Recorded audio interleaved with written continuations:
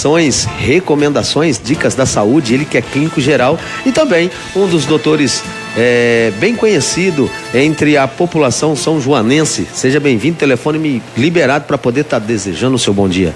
Obrigado, Falcão, obrigado, Israel, e a todos os ouvintes da Difusora, é um prazer enorme estar aqui com vocês novamente. Doutor, eu fiquei sabendo que, assim como eu, você não é daqui da cidade, né? Veio de fora, é um intruso, mas um intruso que já está aqui há algum tempo e assim, da mesma forma que pelo visto está acontecendo comigo, eu agradeço a todos, foi bem acolhido pela a população são-joanense e está na cidade já há quanto tempo, trabalhando, atuando dentro da área como clínico geral? O pessoal está me aguentando aqui há 29 anos. Ele fala me aguentando, né? Mas não é bem por aí não.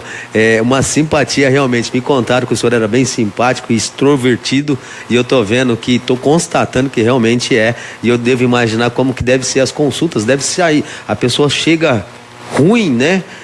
Mal, com dor e deve realmente sair já 50% curado ou não? Eu tenho um ritmo diferente de atendimento. Primeiro que eu não marco consulta. Certo. O meu horário de consultório é de 8 às 11 e 2 às 6. Eu tô lá no consultório. Então chegou, eu atendo. E eu não tenho secretária. Eu tenho uma câmera, a pessoa chega, já sabe que vai ser chamada e pode dar a quantidade de consulta que tiver que a gente atende. Não tô falando. Atendendo como clínico geral já há quanto tempo? 29 anos. Há 29 anos. E aqui em São João? 29 anos. Há 29 Aliás, anos. eu sou formado há 30, aqui eu tô em 29 anos. Tá certo. A dica que você traz para nós de prevenções e recomendações, dicas da saúde, hoje uma das mais importantes. Bom, todas são importantes, né? Porque agora vem essa mudança climática, então começa a aparecer novas doenças, né? A gente pegou muita conjuntivite e agora já nos consultórios a conjuntivite já está acabando, então está começando as doenças respiratórias, que é a rinite, que é caracterizada por coceira no nariz, fica escorrendo o nariz, o olho coça, isso chama rinite, né? Tem a sinusite, que normalmente vem com dor de cabeça, vem com pigarro, vem com tosse seca, às vezes febre. Depois vem a amigdalite, que é infecção nas amígdalas, né? Fica cheio com placa. Às vezes quando a pessoa às vezes não tem, que a primeira linha de defesa é a amígdala, vai lá para faringe, que é aquela parte posterior da garganta. Então da placa também, dificuldade de engolir. E tem bronquite, que a pessoa tosse muito, às vezes com catarro, tem a asma, que dá chieira. Então essas mudanças de temperatura vêm com novas doenças. Então, o que acontece? Eu brinco muito, você não me conhece, eu não tomo remédio. Eu tenho 55 anos, eu não sinto nada. Porque eu faço uma prevenção. Hoje a gente pode falar que a gente não tem Ministério da Saúde, a gente tem Ministério da Doença. Certo. Hoje você vai lá para tratar a doença, você não vai lá para prevenir a doença. Então o interessante é você prevenir a doença para que ela não apareça. Mas tem gente que acha que isso aí dá trabalho. Então se você tem um carro hoje e você não fizer uma revisão nele de vez em quando, ele vai te deixar na mão. Vai deixar na mão, verdade. Então quais são as dicas que a gente sempre fala pro pessoal? A primeira que eu sempre falo é refrigerante. Então refrigerante hoje, você vê quase toda criança pequenininha toma refrigerante, aquilo é um veneno.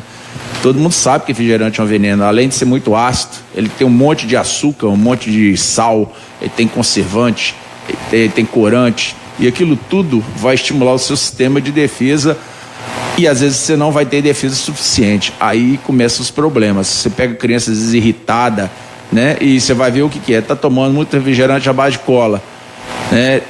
Tem conservantes que nesses biscoitinhos amarelinhos, por exemplo, tem amarelo, chama tartazina. Isso aí deixa a criança muito irritada. E hoje é normal, você fala, não, o menino tá na piscina lá com uma garrafa de Coca-Cola, um latinho de Coca-Cola e comendo aquele biscoitinho, saquinho amarelinho, né? Que fica uma semana fora da geladeira. É perigoso, claro. Né? E ele não fica... Estraga. Você morde, ele tá crocante.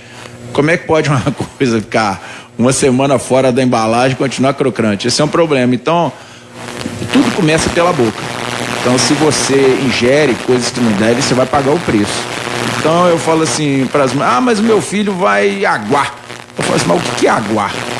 Né? Então, você tem vontade de ter uma Ferrari, você não pode ter, você vai aguar? Não é assim, não. Você tem que evitar. Se, por acaso, você chega no aniversário e as crianças... Aquele dia a gente fala que é o dia do lixo. Vai lá, a criança, mas dentro de casa, eu acho que a primeira coisa que a mãe e o pai que gosta do seu filho é não botar refrigerante em casa. Porque o menino está com sede, em vez de beber água, ele vai beber refrigerante. Aí a imunidade dele vai lá para baixo, aí a gente vai ter problema. Ô João, vou aproveitar, vou fazer uma pergunta, seguinte, aí você fala sobre os refrigerantes, mas a gente vê hoje também, tentando escapar do refrigerante, a substituição por os sucos de caixinha. É uma opção hoje a ser aceita ou não?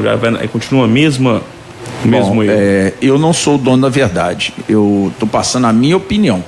Entendeu? Longe de ser o dono da verdade, a minha experiência que eu passo. Primeiro, esses refrigerantes, essas águas que eles tentam passar como naturais, né? Isso é refrigerante também. Mudou, não sendo essa água, a gente está acostumado, essas águas saborizadas que vem em garrafa, vem com gásinho, isso aí é refrigerante. O que o Israel falou do suco de caixinha, primeiro, você tem que entender o seguinte, Deus criou a fruta, ele não criou o suco de fruta.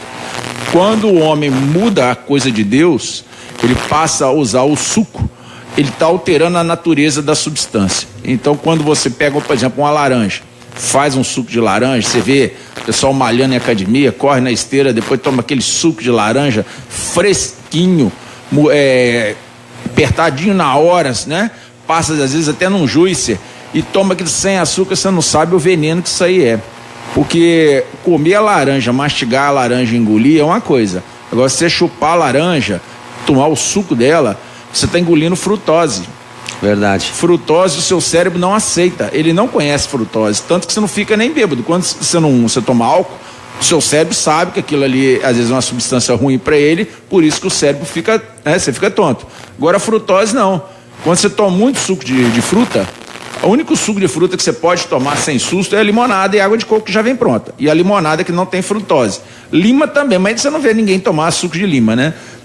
Agora, as outras frutas, elas têm que ser comidas com bagaço engolida, porque quando você espreme ela, você está tomando só a frutose bate no seu corpo, o seu cérebro não reconhece, isso vai para o metabolismo de primeira passagem, passa pelo fígado, o fígado pega aquela frutose e transforma em triglicérides, gordura ruim. Então você vê muita gente e fala, poxa doutor, eu nunca bebi, eu tô com gordura no fígado, tem esteatose hepática. A gente fala assim, mas e suco? Não, adoro suco de fruta, tomo suco de fruta o dia inteiro. É isso que está te dando, porque gordura no fígado pode dar de várias coisas, duas delas, ou ingestão de bebida alcoólica em alta quantidade ou suco de fruta. O senhor citou uma parte que eu gostaria de fazer uma pergunta a respeito da gordura. As pessoas falam que o limão é ácido e ele elimina a gordura corporal, né? Dizem para tomar em jejum e tal. Isso é mito ou é verdade? Funciona realmente? E se funciona também, serve para poder estar ajudando a eliminar a gordura do fígado, como o senhor acabou de falar? Até o nosso amigo Irene Henrique, você segue minha orientação até hoje, né? Eu falo que você tomar uma água de limão, às vezes um limão puro de manhã é muito bom, porque o limão, você acha que vai me dar gastrite, ele não vai dar não. Porque quando ele entra na sua boca, ele vira citrato de sódio, ele vira um sal e vai lá e neutraliza às vezes o excesso de ácido, porque uma coisa que o pessoal tem que entender é o seguinte, o pessoal fala, eu tô com muito ácido no estômago, eu tô com gastrite. Não é não, gastrite normalmente é falta de ácido. É falta do ácido. É o contrário, porque quando você come alguma coisa e você tem muito ácido no seu estômago, aquilo é digerido, rapidamente o estômago abre, aquilo que foi digerido vai para o intestino e acabou o problema. Quando você tem pouco ácido, você come a comida, fica muito tempo ali no estômago. Aí depois de um certo tempo dá refluxo. Aí você sente aquela queimação. Então normalmente é falta. Quando você usa o limão só dá uma neutralizada. É muito bom. Certo. Agora, tirar a gordura no fígado, não adianta você tomar uma limonada e começar a comer porcaria, né? Correto. Você não tem que ter jeito. uma educação alimentar também. Você tem que ter uma educação alimentar. Sempre eu falo assim, a melhor pessoa para você procurar para a alimentação chama nutricionista. Ele é formado nisso. A gente pode dar uma outra dica e tal, mas procura um nutricionista. Eles estudaram só para isso e eles são cobra criada nisso. Verdade. A gente recebeu um WhatsApp aqui. Bom dia. Primeiramente, quero parabenizar pelo programa e também ao Dr. Saada e gostaria de saber se dar vitamina C para crianças ajuda na imunidade. Elaine Silva que mandou a pergunta. Vitamina C, não adianta chegar nessa época que todo mundo tá gripado e puxar vitamina C no menino, que isso aí não resolve não. Certo. E não é só a vitamina C, a gente vai falar mais pra frente. Você tem que ter uma alimentação saudável, você tem que tirar o refrigerante, entendeu? Tirar esses condimentos que criança come, esses produtos industrializados, entendeu? Aí a imunidade melhora, porque senão você dá um antioxidante, que é a vitamina C, ela é antioxidante até uma determinada quantidade. Não adianta você pegar e dar 5 gramas de vitamina C para a criança, que ela vai deixar de ser antioxidante para ser oxidante. Ela muda o quadro. Então, se a criança está acostumada a não usar refrigerante, ter um hábito de vida saudável, se de repente em casa não usar óleo vegetal, ela começar a usar uma gordura de porco ou uma gordura de coco, aí tudo bem, aí a vitamina C vai funcionar, mas se você tomar todo dia, não adianta você chegar na época de crise começar a usar vitamina C efervescente, que isso aí não funciona não. Não dá certo. A vitamina C tem que ser diária, João, né? Ela não acumula de um dia para o outro, não? Não, ela é diária. Para poder funcionar mesmo funcionar. Ter uma eficácia, né? Isso, pode tomar 500 miligramas, 1 grama de vitamina C, não tem problema nenhum. Agora, o excesso de vitamina C, existem trabalhos científicos hoje que se trata câncer com vitamina C. Porque a fórmula da vitamina C é quase idêntica à fórmula do açúcar, da glicose. Como o câncer é muito ávido por açúcar, ele tem mais receptores para açúcar que uma célula normal. Por isso que quando a pessoa come coisa muito doce, você vê uma pessoa, ela come, você vê a pessoa com aquele barrigão de câncer e a pessoa magrinha, porque a célula do câncer é como se ela tivesse 20 bracinhos e a célula normal tivesse uma. Quando entra o açúcar, ela pega tudo. Como a fórmula da vitamina C é quase idêntica, existem trabalhos que eles fazem. Eles fazem insulina na pessoa, que é o hormônio que é responsável para baixar o açúcar do sangue. Quando o açúcar está lá embaixo, você dá uma carga grande de vitamina C. Aí entra a célula do câncer, acha que aquilo ali é açúcar, pega, como eu falei, que vitamina C em alta quantidade, ela é oxidante. Então ela vai lá, enferruja a célula, ela mata a célula. Isso é um tratamento alternativo, integrativo. Existem vários trabalhos científicos comprovando isso. Então você tem que usar a vitamina C em doses diárias pequenas. Não adianta tomar muito, que vai acabar fazendo mal. Faz mal e faz realmente, né? Deixa eu fazer uma pergunta para o senhor. A respeito cadê? Tá aqui, eu tinha deixado até separado. Óleos vegetais industriais. O que o senhor diz a respeito desses dois produtos e o que eles causam para a saúde e se tem um benefício ou não? Ok. Então vamos lá. Eu já falei em outras oportunidades, você nunca viu, porque você é novo aqui na cidade, eu sempre falo isso. O que acontece? O óleo vegetal, ele de cara já é um veneno. Por quê? Porque para ele ir para a gôndola do supermercado, ele tem que ser alterado, a estrutura dele tem que ser alterada, ele tem que fazer uma hidrogenação parcial nele. Você põe um hidrogênio a mais nele. Por quê?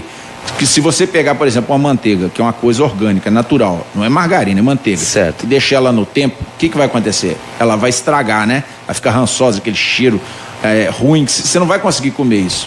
Como o óleo também é uma substância orgânica, se você deixar ele no tempo, ou a exposição da luz solar, ele vai ficar rançoso. Então, em uma semana você perde aquele estoque todo. Então, o que eles fazem? Eles já põem um hidrogênio na fórmula. Eles alteram a estrutura do óleo. Então, ele já deixa de ser natural para ser trans. Então, ele já é uma gordura trans. Então, ele já faz mal. Se você usar ele normal, já faz mal. Se você frita ele, você põe ele em alta temperatura, ele fica mais trans ainda. Ele faz mais mal. Então, na verdade, você está ingerindo uma substância que está te fazendo mal. Porque até meados de 1940, por aí nos Estados Unidos, não tinha óleo vegetal. Sempre usaram gordura animal. E depois de uns tempos começou a entrar os óleos vegetais, passou mais ou menos uns 10 anos, começaram a aparecer os casos de infarto agudo do miocárdio. Tanto que o eletrocardiograma, que foi inventado pelo Dr. Weithoven, ele não era nem usado, porque você não tinha infarto. Depois que a gordura de animal, que normalmente era gordura de porco, passou a ser substituída pelos óleos ditos saudáveis, aí começaram a aparecer os casos de infarto agudo do miocárdio. Por que será? Entendeu? Então isso aí existe um lobby da indústria alimentícia todo em cima desses óleos ditos saudáveis, porque a gordura de porco normalmente você consegue numa pessoa que faz, porque você não vê isso industrializado. Agora, o óleo vegetal em si, qualquer um, soja, milho, girassol, e até um que o pessoal adora usar, que é o canola. O pessoal fala assim, o canola é o mais caro, um óleo super saudável. Primeiro que canola não existe. A planta canola, isso não existe. Certo. Eles falam, canola é uma florzinha, é um fruto. Não, canola é uma abreviação. A palavra canola significa Canadian Oil Low Acid. É o ácido canadense de baixo teor ácido. Que existe uma substância que na Europa que é muito comum, que dá em tudo quanto é lugar, chama colza. Ela tem dentro dela tem um ácido que chama ácido erúcico a 5%. Esse ácido, se você usar ele direto em 1 mês, 2 meses, seu coração cresce. Você tem insuficiência cardíaca, ele mata. Tanto que o animal não come a couza. O animal não come a couza. Só que como aquilo é muito encontrado em muitos lugares, eles falam, poxa, a gente podia fazer um óleo com isso. Aí pegaram esse ácido erúcico e passaram ele de 5% para 1%. Entendeu? Porque ele tinha outras substâncias além dele. Então eles enfraqueceram esse ácido, que é o ácido erúcico, botaram ele a 1%. Aí veio a palavra canola. Canadian Oil Low Acid, o óleo canadense de baixo teor ácido. Ele está lá na gôndola do supermercado, ele é caríssimo e aí tem trabalhos científicos comprovando que em 5 anos ele começa a dar insuficiência cardíaca. O coração começa a crescer. Ô Marciano, vou interromper rapidinho. A gente vai daqui a pouquinho chamar o nosso comercial. E o assunto começou, estávamos falando, e aí já está chegando já pergunta aqui. A dúvida é essa, inclusive quando a gente fez aí o convite do João Saada, é uma dúvida frequente. Ontem eu estava conversando dentro da academia, o pessoal estava falando outono e inverno, e vem as doenças com o outono e inverno, com a estação, e uma em específica é o tempo, pelo menos divulgado, com maior índice de infartos. Não só em São João, nós falamos no modo geral. Certo. O porquê que acontece isso, como prevenir, e não caso não tem como começar a prevenir agora, tinha que ter começado a prevenir isso bem antes. Mas quais ações já podem começar a ser tomadas agora por idosos, crianças, adultos? É um assunto que, apesar, né, não sei se será de cardiologia, sabe que o João sabe falar muito bem, clínico geral, sabe falar muito bem nessa área, e é uma preocupação generalizada, porque ninguém quer infartar. Verdade. Isso daí, Difusora Entrevista, recebendo em sua bancada hoje o clínico geral João Saada. Nós vamos para um rápido intervalo comercial em nome de Vídeos